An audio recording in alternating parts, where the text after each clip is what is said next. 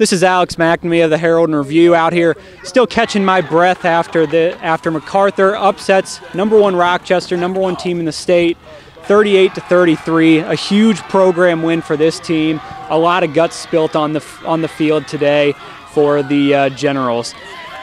You know, it started with a big first half for the Generals. A lot of offensive, explosive plays.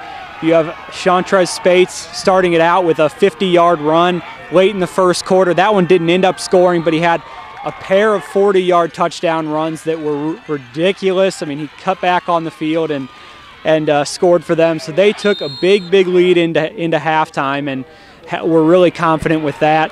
You know, by halftime, Chantrez with 173 yards. You had DeVince with 61 yards, and he really had a big game, stepping up in the second half. On the other end of the field, you know, Lewis all season, a big playmaker on defense for them. He comes up with the game-winning sack and the game-winning fumble recovery, an 80-yard touchdown run, or touchdown fumble recovery for Lewis and for the Generals. Late in the fourth quarter, when they were just bracing to this lead, Rochester quarterback Danny Ziegler came back in the game after not playing at all in the first half. He's been their starter all year, and he's been their bread and butter, and you could tell in the second half that he was their best quarterback out there. He was throwing perfect spirals and really made this game pretty exciting with how he was bringing Rochester back. MacArthur had to recover 2 onside kicks to try and save this game, and even then Rochester got the ball back with 1:17 left and drove down the field to the 40-yard line. 3 pass breakups in a row by this defense stalled that drive, and then finally the sack by DeVince Lewis sealed it for the Generals as they moved to their 6th win, a huge win for this team going into the last game of the season next week.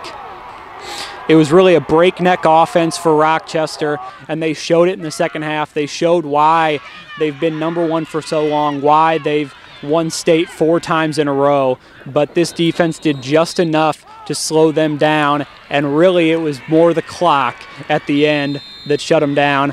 A big enough lead for MacArthur at half. They could hold on in the second half, and with some big defensive plays by Jackson and Lewis, they did their thing. Chantrez Spates and Shaquez Bond played through a ton of pain with cramps at the end of this game, limping on and off the field multiple times on different drives in the fourth quarter.